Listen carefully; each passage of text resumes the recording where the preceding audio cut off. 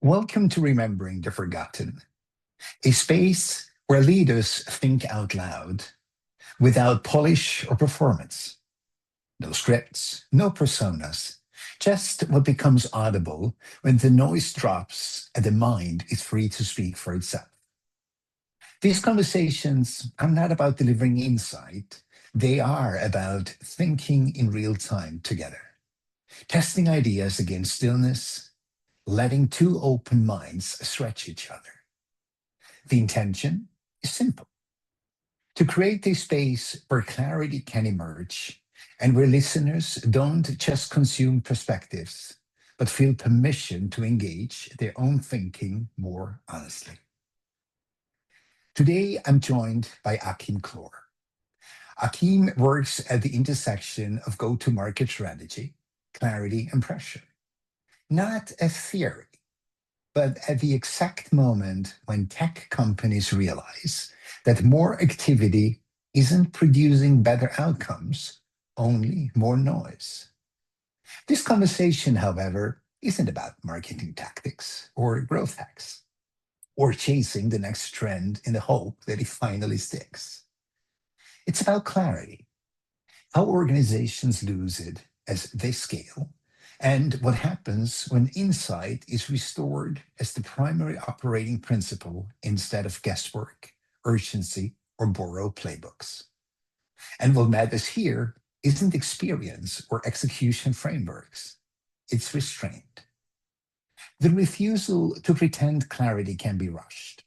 And the moment when companies stop performing growth and start understanding their buyers well enough, that growth becomes a consequence, not a goal.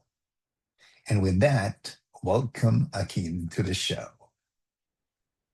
Thank you, Mark. It's nice to be here and good to see you again. Likewise. So before we begin, when I speak of coherence, I'm pointing to a state where nothing inside is in conflict. Body, thoughts, emotions, and action aligned, moving as one. No push, no urgency, no fear driving the moment. And when I speak of stillness, I don't mean silence. I mean the part of you untouched by expectation or performance. The place that knows before the mind tries to manage it. That's the ground I'd like us to meet on today. So, with that said, Achim, give me a quick sec here.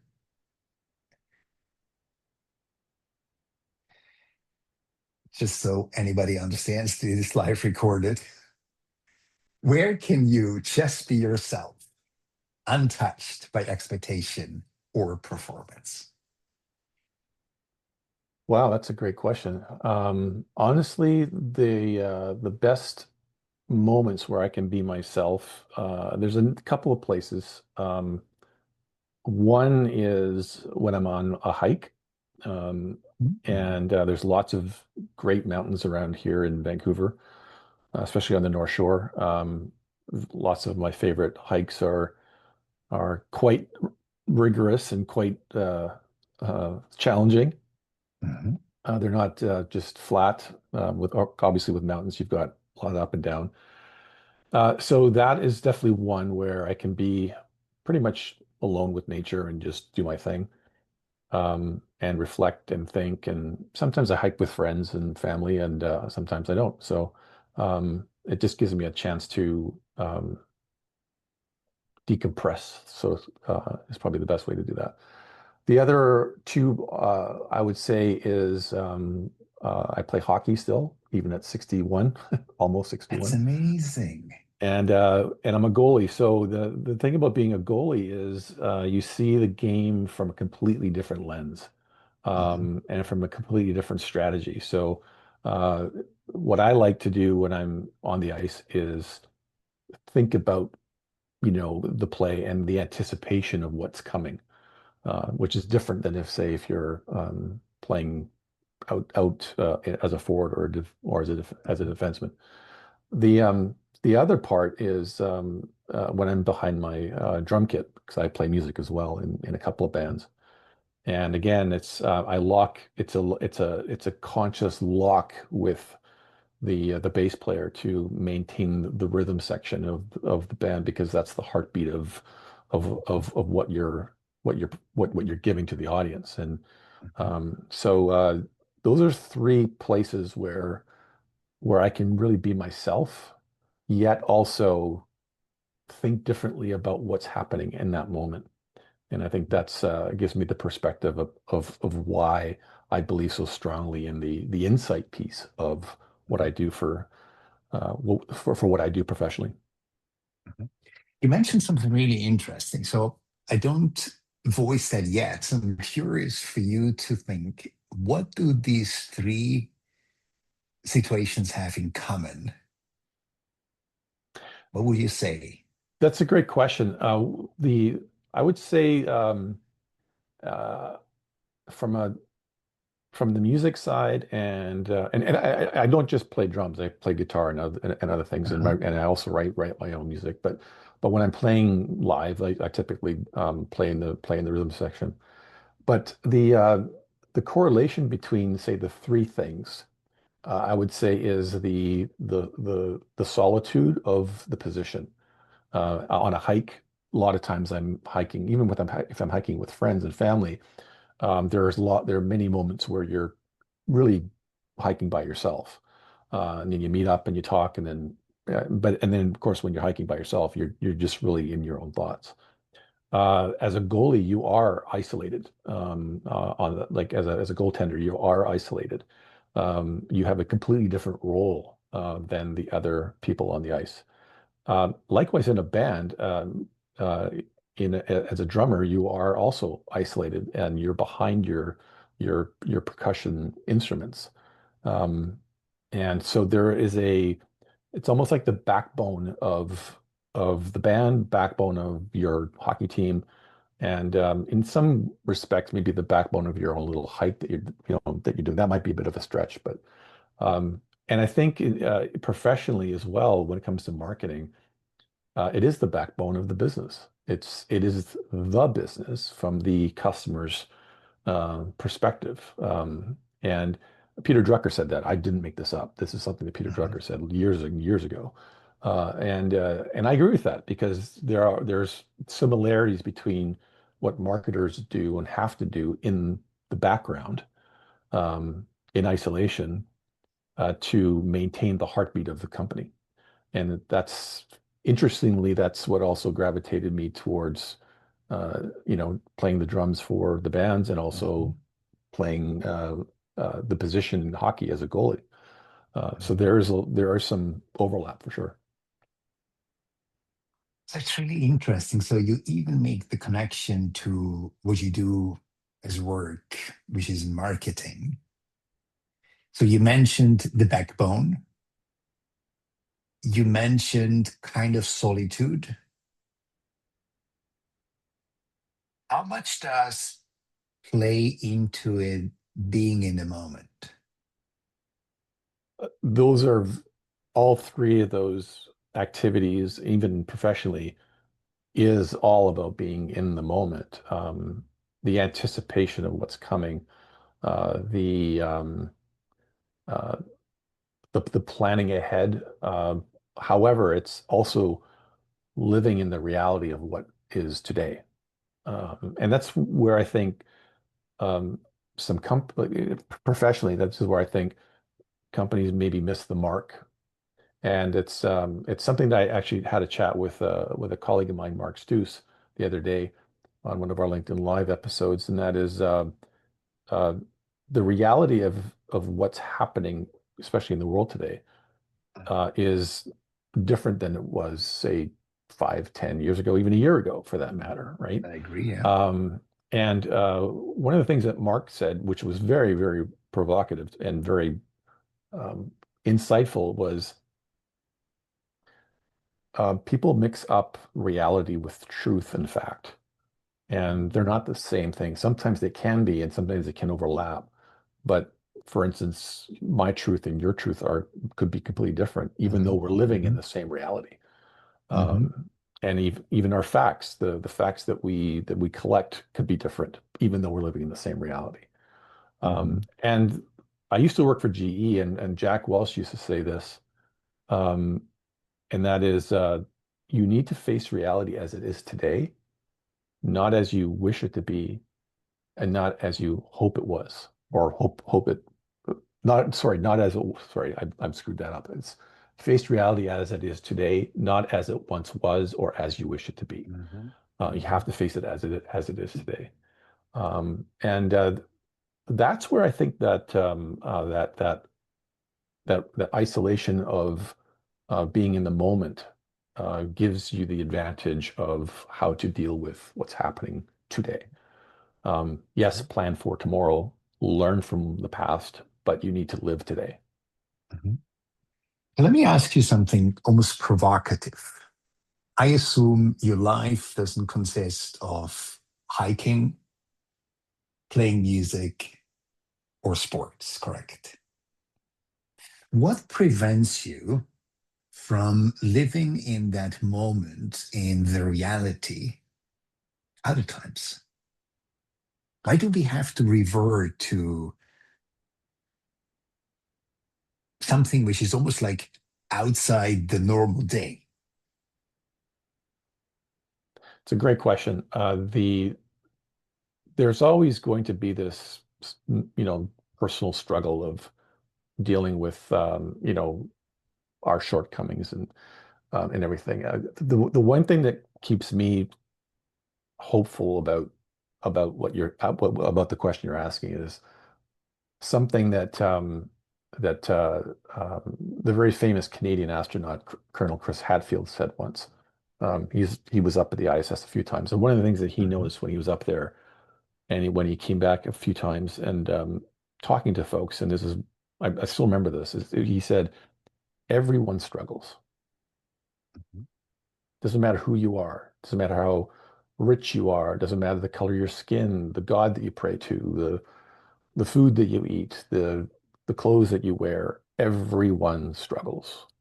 And knowing that when I'm in that moment of, like, it's working here, it's working there, but it's not working this time, that's my struggle. And I know that I'm not the only one struggling. Um, and there's a it gives you it gives you perspective on empathy as well, because when Mhm. you consciously know that you're not the only one struggling, you're a little more empathetic about the people that are around you, whether they're family, whether they're friends, whether it's coworkers, um, whether it's your neighbor. Um, it doesn't really matter, because you know that the person that you're speaking with has their own struggles, and they could be just as crazy as your own, or worse, right? Or less, Mhm. right? But it doesn't matter. There's no scorecard when it comes to struggle. It's Mhm. struggle is universal, right? And so Mhm. that's the thing that I always think about when I'm in that situation. And to get out of that, that's the hope. That's what gets me out of it as well, right? Before I Mhm. before I wet on myself, I have my little pity party. I Mhm. always say, okay, could always be worse. And probably the best thing that I can tell you is, one of the things that I always remind myself of is, a very dear high school friend of mine who taught me how to play drums, by the way, when we were in when we were in grade 11 and grade 12. And back in 2010, he passed away of ALS, Oh, at 44 years that's a old. tough one. Yeah, ALS. Wow. yeah. And it was the most excruciating, um, and horrific thing to watch. Mhm. One of my best friends, who is very active, amazing, amazing drummer, um, taught, yeah, martial arts to children, and Mhm. was very good uh, like kickboxing is one of the things that he was really, really good at. But to see this fellow who was so active and so full of life and vivacious and creative, um, and watching him just deteriorate over 3 years was really hard. Um, so whenever I get kind of emotional with it, but whenever I get into those moments where I'm like, oh, I'm having a bad day, I just think of my buddy Carl, and I think Mhm. he would trade my worst day right now to get back into the ring. He would trade my worst day right now to get back on his drum set. He would trade he would trade anybody's worst day just to have another chance, right? Um, and that's what I always kind of remind myself of in those situations, that it could always be worse. Yeah, it sucks when when you're in it. Yeah, it sucks. And but it could always be worse. I was just wondering. So first, thank you for sharing so openly, Hakeem. I was wondering, has it to do with perspective? Yes, especially when you get to to the age of, like especially when you get to Turn around, to 60. yeah, when you get to 60, you've got 60 years on the planet to look back. And my dad's gonna be 90, so he's got 30 years on me still. So, and he always tells me to keep moving. So it's one of the reasons why I keep playing hockey and stuff like that. Oh, So, but that's good. uh, you know, sorry, I lost the question now. I was off on a tangent here. My But my that's good. ADHD my ADHD's kicking in. That's exactly what it's meant to happen. So my question was basically, does it have to do because we lose perspective Right. for Yes. what's really going on? That's 100%. We do lose perspective because um, we get so focused on ourselves and our own bubble, Mhm, that we only think about what's happening to us. mhm, And I know when I was younger, in my 20s and 30s, that you know I was very individualistic at that moment in time. Like, my time was worth more than yours, as an example. mhm, mhm, I knew everything and you didn't, and there's, when we're young, we tend, because we don't have the frame of reference that we do when we're older. mhm, mhm, We tend to have a very narrow view of it, and we think our narrow view is the right view. mhm, The one thing I learned when I was at about that age, and it was basically a punch in the gut, was something what one of my first creative director told me, and that is, like, there's a difference between doing things right and doing mhm, the right thing, and you mhm, need to learn how to mhm, do the right thing. And I mhm, didn't quite understand what he meant by that at the time, but as you get older, you tend to put two and two mhm, together and connect the dots, right? It wasn't until maybe 10 or 15 years after that where I started to, okay, I see what he meant by that, right? mhm, But it takes time to get out of that perspective, mhm, to get out of that me perspective, which is, I think, is really what you're which I think is what you're asking here. And I've been there. I know exactly what that's like, and that's not a very good place, right? Because ultimately you alienate people. You end up, um, you know, you end up isolated for the wrong reasons. Let's put it that way. I'm just wondering about something. Your experience might be different. When I meet younger people, they have less this will me. So they kind of have more perspective. And the older we get, the more we lose perspective. So let's think about this for a moment. Like sometimes, and I include myself, that's why I can speak so frankly. Sometimes I really feel we're spoiled brats, literally spoiled brats. The better we are doing economically, the better we're doing physically, the more we feel entitled to stuff.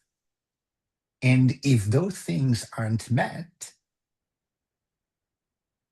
tantrum, actually tantrum.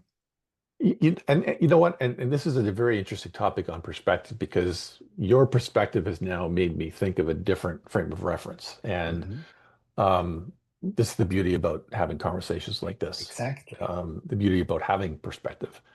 And I don't think you're wrong. I think you're actually onto something there, where um, perhaps we do lose perspective as we get older. One of the things that I think people at least my generation, um, can learn from is unlearning and then relearn. Because Mhm. what maybe worked, say, for us years ago, or what has worked for us may not work today in our Mhm. reality today. Mhm. Um, and a good example would be just the state of the world that we live in today is quite different than it was a year ago. Mhm. So you see all kinds of governments around the world making changes and having to alter their courses because of the way things are going. Um, right. And I think we as our individuals maybe have to do the same thing.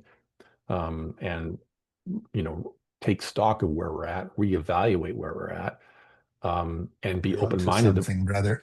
Yeah, and be open-minded about maybe I'm the one who needs to change. You are Right. onto something. Right. That's where perspective comes into play, Yeah, exactly. Right. literally. Because, me living in the US now, I just realized that so many people, they're totally cold by what's going on right now in the world. Yeah. It's because it just worked. You've just been a part of it.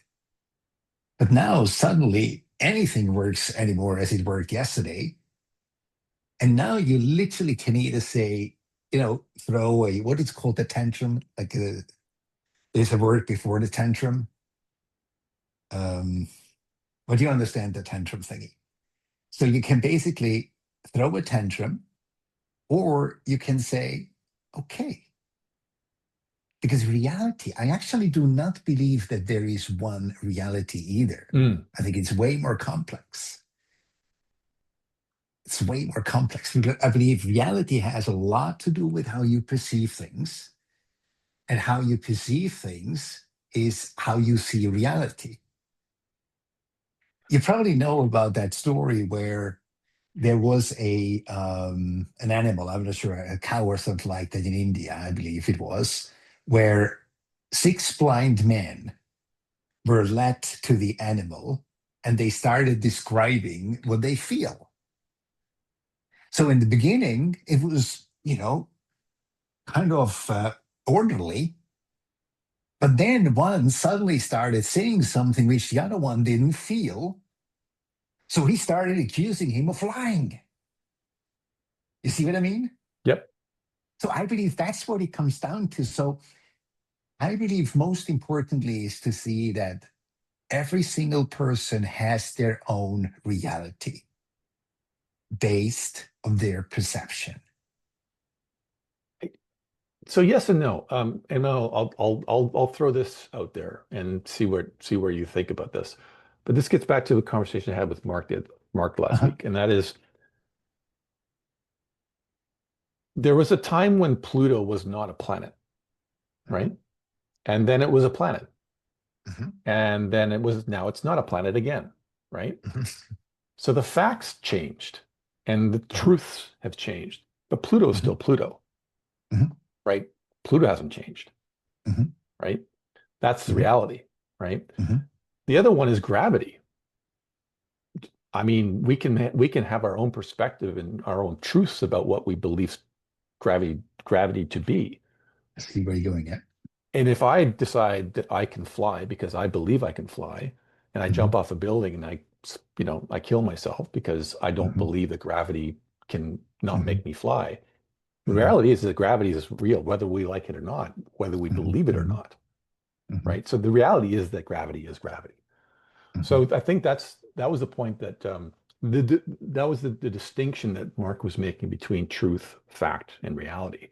And I think Mm-hmm. where we get caught up is our truths and our facts that we collect to create what we think is reality, but it's not Mm-hmm. necessarily reality, right? Mm-hmm. So let me ask you something to understand. So, what does Mark say to my following question? Who defines reality? Because there must be a definition of reality. Gravity, as we said, yeah, I can go on a skyscraper and jump and fly. Gravity will show me better. Is it that if we would go inside that everyone actually feels reality, whether we want it or not, it's almost like if you look at those pygmy tribes. I had the privilege to work with an anthropologist, and Hmm. he said to me, Marcus, they did not have to be taught what's good and bad. It's actually, if you had tried to teach them, they would have been confused Hmm. because they knew it. So he described it as moral and ethics. He said moral is everything that's coming from outside, can be religion, can be society, can be whatever, right? And ethics is what those pygmy tribes lived by, waking up, knowing precisely, without having been taught the good gospel, what's good and what's bad. And he said, even if one tried to trick herself or himself, if we looked into their eyes, they knew what was right and what was wrong. So have we kind of lost that sense for actual reality? And thus we take our perception and kind of create our reality and sell to our neighbor what my reality is the reality. Because, I remember I had once this conversation with a friend about an ex-girlfriend. And I said, she's so out of reality. Then my friend said, Marcus, you're an arrogant snob. You are selling your reality as the reality. So this is why I love that story that the animal is reality. So Mark, you and I are not so much far away, I believe. Absolutely. I think the animal, and I believe it was an elephant in that parable, right? Yes, exactly. The elephant is still the elephant, right? Yeah, yeah, And to Mark's point, Pluto is still Pluto. yeah, It doesn't matter what we think it is. Pluto is still Pluto, right? The yeah, elephant is still the elephant, right? That's the reality, right? Our interpretation of it, right, based on what we touch, we see, we feel, that that is not necessarily reality. That is our interpretation of reality, yeah, right?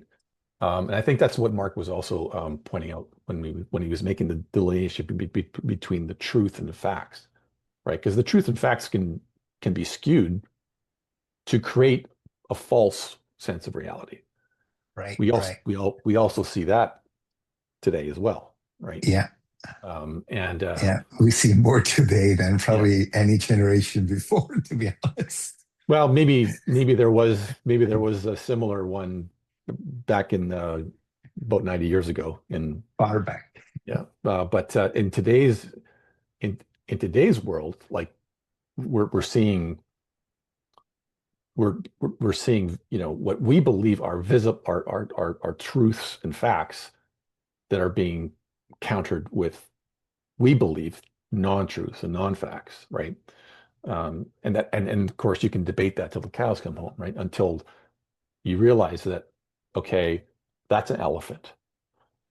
Even though you think it's a piece of rope because you're only touching the tail, or you think it's a hose because you're only touching you know, the trunk, or a Mhm. horn because you got your hand on the tusk.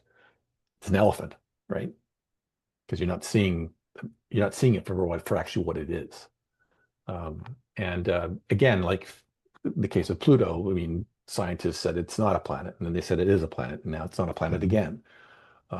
Right? So, but it's still a It's still a thing. planet. It's still a thing that's Right, orbiting the right. sun. It's Yeah, always been a thing that's orbiting the yeah, sun. So, yeah, right, whether yeah. what we call it is neither here nor there, it's still there, right? So it Um, basically, doesn't it come down to, Akim, that we actually need to label stuff? And that ooh, labeling creates a lot of dissension and a lot of confusion Instead of saying, okay, if Achim sees it differently, I just let it be. I'm actually more curious to hear why you see it how you see it, instead of trying to convince you of my own point of view.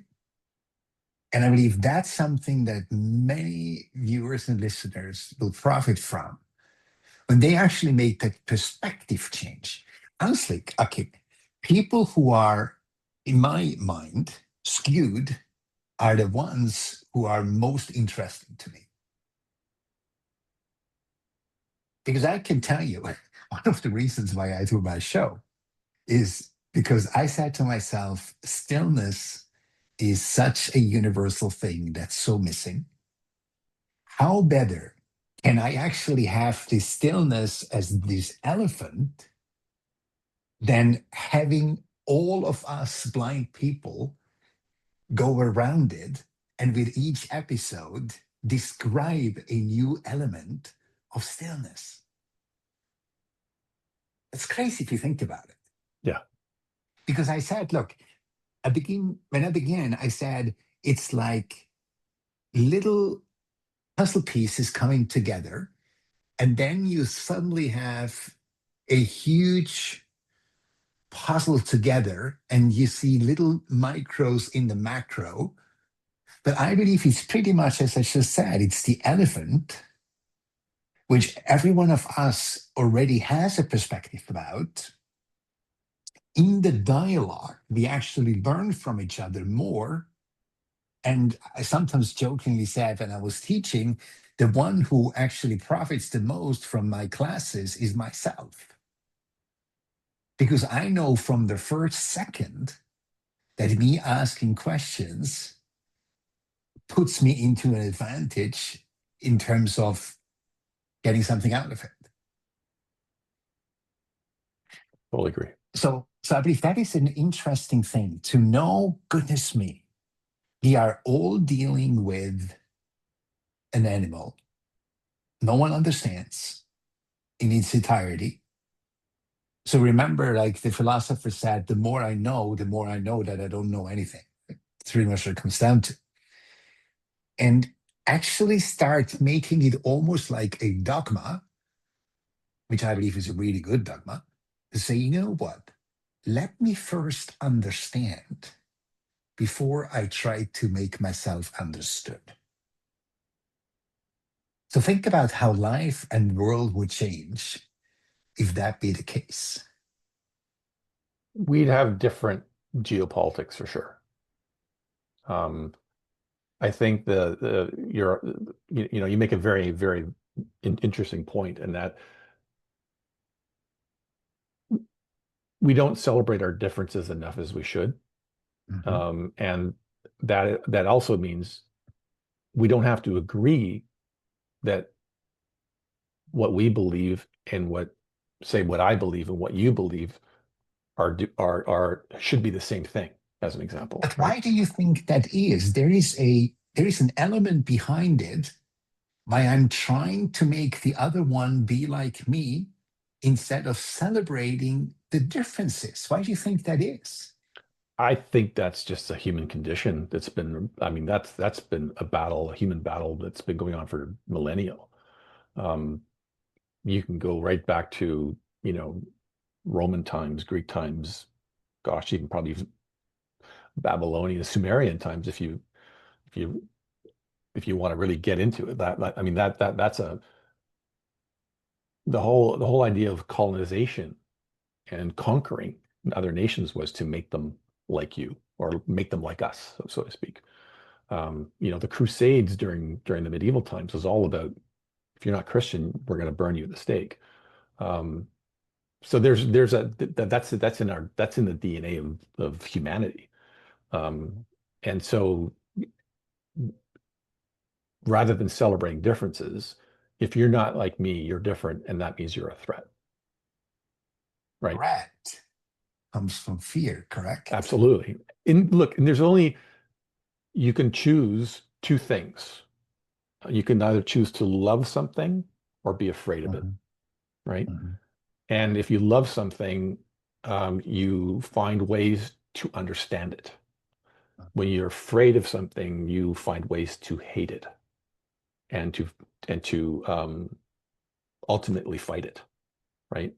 And so you see that yin yang thing going on for like that again. That's part of being human being is battling with the dark and the good and the evil, the Mhm.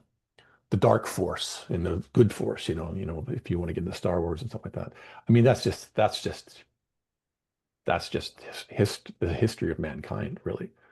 Mhm. And for some reason, that doesn't change. I always think of it as like um, Carl Sagan once talked about the pale blue dot as an example of Mhm. when I think Voyager was at the very cusp of the solar system and took a picture of the Earth. It was a tiny little blue speck, and I remember him saying that is where all the wars have happened. This is where you struggle to get out of bed to go to work, or go to school, or complain that your car doesn't start. That speck, and I always think of that as, again, It's getting back to perspective again, huh? perspective, right? Is Yes. that picture of the galaxy with the arrow that says you are here. Yeah. Um, and now with the James Webb Telescope, we know that we are like the, Earth is a speck in billions of specks in one Yeah. galaxy amongst Yeah. billions of other galaxies. Yeah. In the So just universe. the just the sheer expanse of that, um, we aren't we're pretty minuscule when you think about it.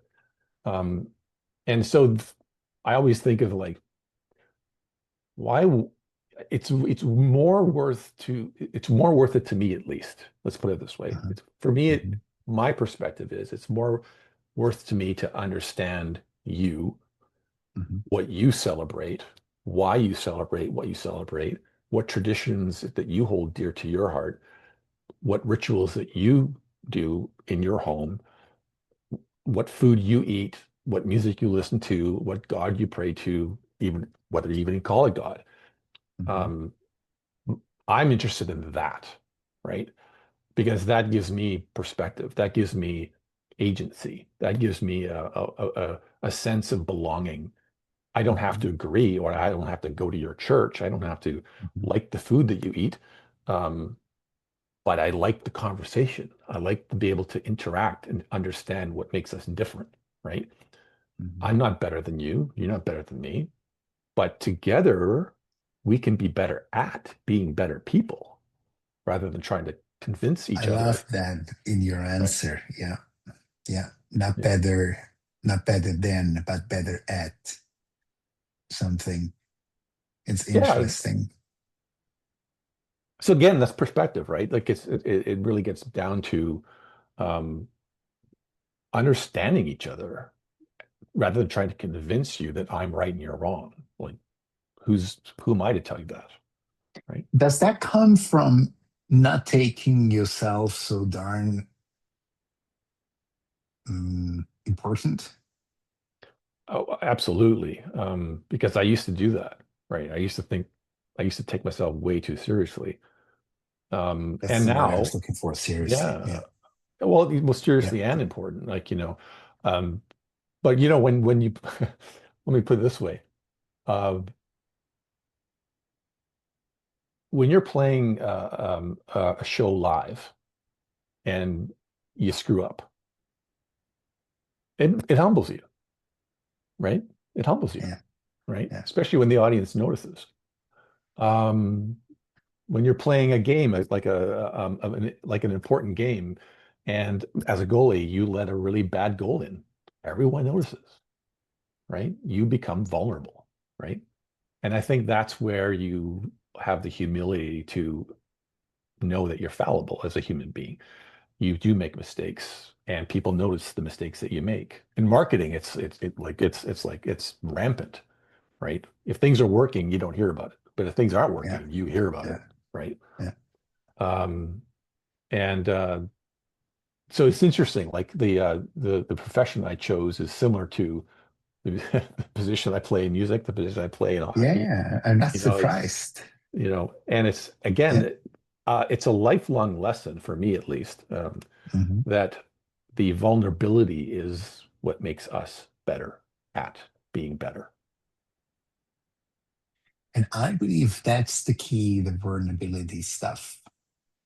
Because if I take myself too serious, I will not allow vulnerability. If I'm not vulnerable, I will never start to think outside of my purview. So I will never be interested in you. Definitely not if you are not thinking like me. Definitely not asking, why are you not thinking like me? Definitely not asking myself, Marcus, what do I miss? Because Hakim seems to be quite convinced about what he's thinking. So it has to do with the part of insecurity. Mhm. If I try to make anyone else like me, instead of understanding, gosh, we all have this elephant called life. And the more I actually ask you, Akeem, if you move your hand up a little bit, how is it? Tell me more about it. Because I might never get to your position, That's okay. right? But the thing is, I know how it feels because you shared about it. But to say no, it's impossible because I'm at that huge leg, the back leg of an elephant. And you start telling me about that trunk that is soft and you can twist it and mold it. And if I believe I have to be right, I will never really understand, gosh, I don't even have to get to that trunk. For me, it's enough to have heard it. And this is what I love. There's somebody who Eleanor Roosevelt said, learn from the mistakes from others because you'll never have enough time to make them yourself, which is deep if you think about that. Absolutely. I Yeah. would have loved to get to know that lady, Eleanor Yeah. Roosevelt, really. Yeah. Yeah. She It's was a smart amazing. cookie. Gosh. So, what is it that can pull you out or away from yourself, and what helps you come back to it again? Again, those three activities gets me out of the trap of being inside myself too much. Um, the Because I'm accountable in those situations. Maybe not Mm-hmm, on the hiking side of things. I'm more accountable to myself, but definitely on the professional side for sure. But mm-hmm, if I'm playing um, hockey is a team sport, even if you're a goalie, mm-hmm, you're still part of the team. So I'm accountable. Like really, then I'm the last line of defense mm-hmm, as a goaltender. Um, so I'm accountable to the team. I'm accountable to helping the team win the game, so to speak, right? mm-hmm, Same with being a drummer. Like I'm accountable to the band to keep the rhythm section in check, mm-hmm, right? With my bass player. Um, I'm not there to, take the spotlight, right? I'm there to maintain the rhythm, right? The beat. mm-hmm, So if I don't do that, it throws everyone off, right? mm-hmm, mm-hmm, So being in those situations gets me out of the me bubble, gets me out of mm-hmm, um, out of this perspective that I'm important or the world needs to revolve around me. Uh, and So let me ask you something. Sorry to interrupt, but I'm curious now. When you say out of the me bubble, and you mentioned initially that if you are, let's say, behind your drum kit, you apparently are out of the me bubble, and that makes you untouched by expectation or performance. So would the key be to wherever you are in life, whatever you do in life, if you actually would do it deliberately to get out of that me bubble, you could absolutely replicate in the store at a cashier what you can do behind your drum kit. So this could basically almost become a universal key for someone to understand, if I manage to get out of my me bubble and see myself more as a part of the bigger, you said something like that, right? Of the bigger good, that I would actually lose that taking myself so serious and important, thus loosen up, thus become much more relaxed, much less me centered, and suddenly being interested in other people's perspective.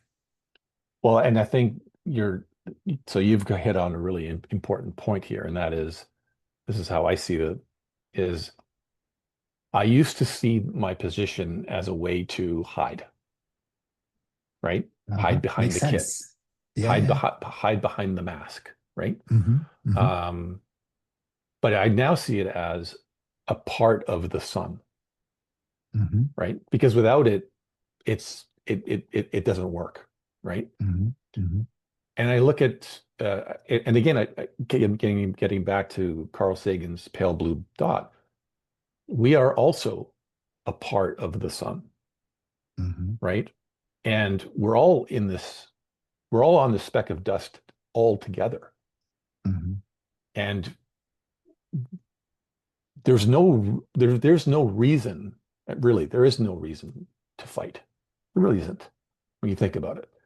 There is no reason to really pick on each other as we are right now. There really isn't. It's proven scientifically that there's enough land to have more than 11 billion Exactly. people. More than 11 billion people. Exactly. There's enough food to go around for more than 11 billion people, right? Yeah. There's enough on this little speck of dust that we live on, that we don't have to go to Mars. There is enough Hmm. for everyone. We are conditioned to think that there isn't, Hmm. because we don't do what you and I are doing right now, having a Hmm. conversation around Hmm. perspective, having a conversation around the differences that we celebrate. Hmm. We are taught to be afraid of each other. We are taught Hmm. to literally hate each other if we're not the same. By design. By design, 100%. By design. I'm not sure whether you figured that, but one of my understanding is stillness is to remember who you once were before the world taught you who you had to become. Right. This is the main reason why I do my show. Because every single time when I have these conversations, someone leaves closer to, huh, this actually doesn't sound so crazy what we just discussed. It really resonates somehow. Yes, and the reason why it resonates, because it was once your truth. Yes, Think back to when you were a child. absolutely. Yes. Goodness me. And Yes. people tell me, yes, Marcus, but that was when you were a child. I said, no, not at all. That's what's missing in today's world. Yeah, 100%. And sadly, the ones who start wars are all women. Did you realize? No, it's all men. It's all men. Yes, the patriarch Every is single strong. time, yes, when I have a woman as my guest, it is every single time that I sense it doesn't take much to actually trigger that initial who they once were before the world taught them to become. Mhm. But with men, it's quite often like, what is he talking about? I cannot even remember how I was as a child. Yeah, when I actually take him into the childhood, they absolutely can. Sure. So I personally believe taking who we once were, because I believe we all grown or all born with seeds. And when they got nurtured, like courage, for example, creativity, you know, all these C words, if they got nurtured, they actually build the foundation for a healthy life. And now, if we actually can take what we had initially as the stuff that the world taught us, we have to forget because it doesn't fit into the mold. As he said, literally comes down to there are forces that try to teach the world to hate their neighbor. Yep. We're really at that point. But then when I meet those people, and I love that show so much, where a Black American met a guy who was one of the heads of the KKK. Mm, And the other guy had no clue what's going to happen with him. And in the end, they turned out to become friends. right. It was so incredible to see. But he still fought it that he actually more than likes this black new friend. You know, it's so deep, ingrained, that Oh yeah. brainwashing that takes place. Yeah, But 100%. as children, we have it absolutely in us. Absolutely in us. Yeah. Because we are the same. Oh, Yes, absolutely. the one has the more beautiful color than I do. That's what I thought when I saw a black or a brown or yellow or red, whatever. I always thought my skin is actually pretty boring. And you know what the most ridiculous thing is? I recently had someone who, identifies as a Black American woman. And I said to her, honestly, isn't that so crazy? We are heading somewhere where we can have sun for a couple of weeks to have the slightest color like you. But the rest of the year, we fight you because of the color of your skin. Isn't that nuts? It's crazy. It's crazy. It's And getting nuts. back to your example of the child. One of my favorite videos that my dear friend Terry Sylvan, who is from Jamaica, or he's from Okay. Toronto, but his family's from Jamaica, so he's black. Great guy, and but he sent me this video years ago, and I still remember this.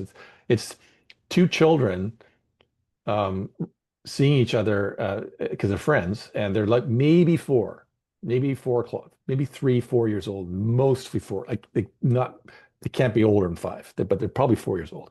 So and they recognize each other and they're running like with their arms out towards each other to give each other big hugs. One is black, one is white. They have Yeah.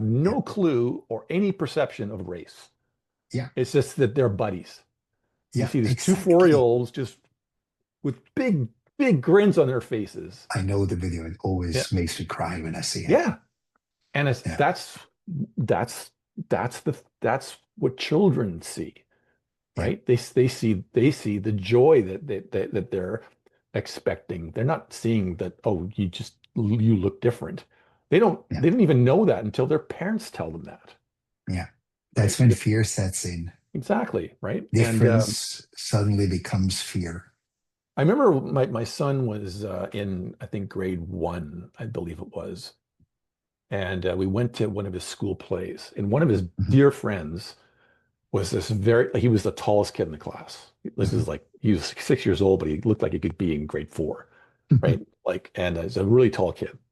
And, um, and he happens to be from Fiji, right? Mhm.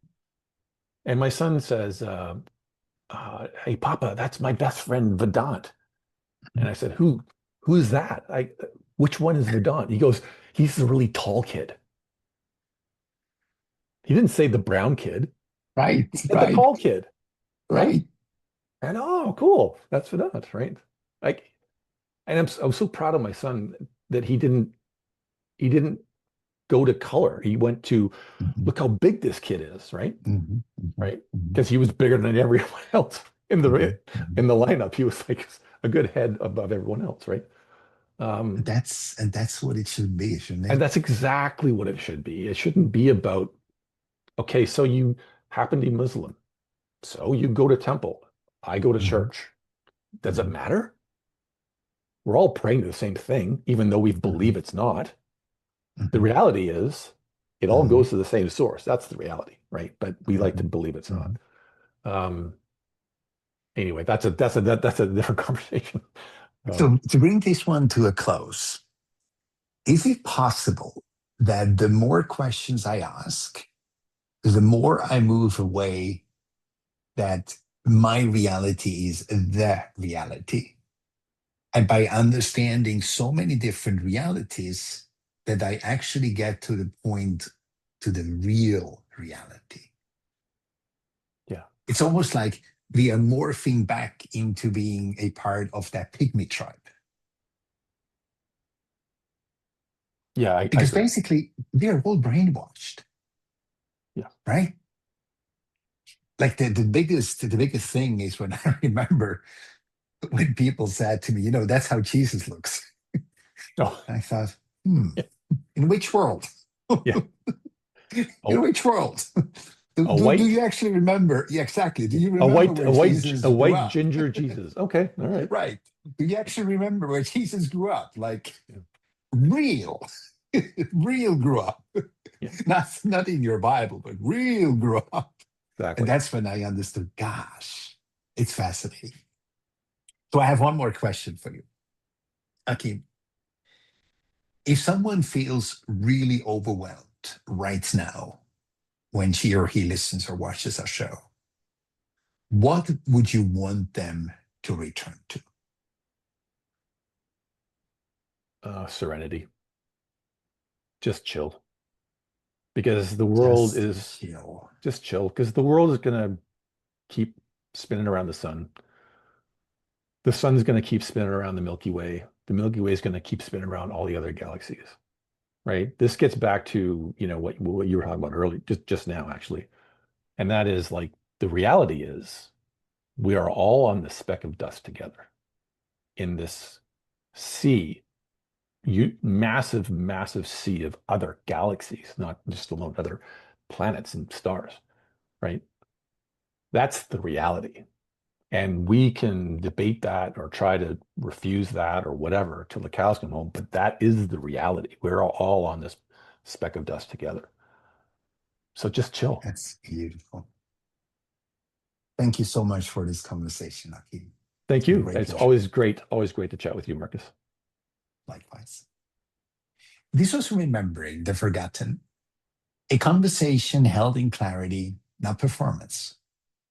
If something in this exchange shifted how you see, let it stay with you. A few quiet pointers are waiting below.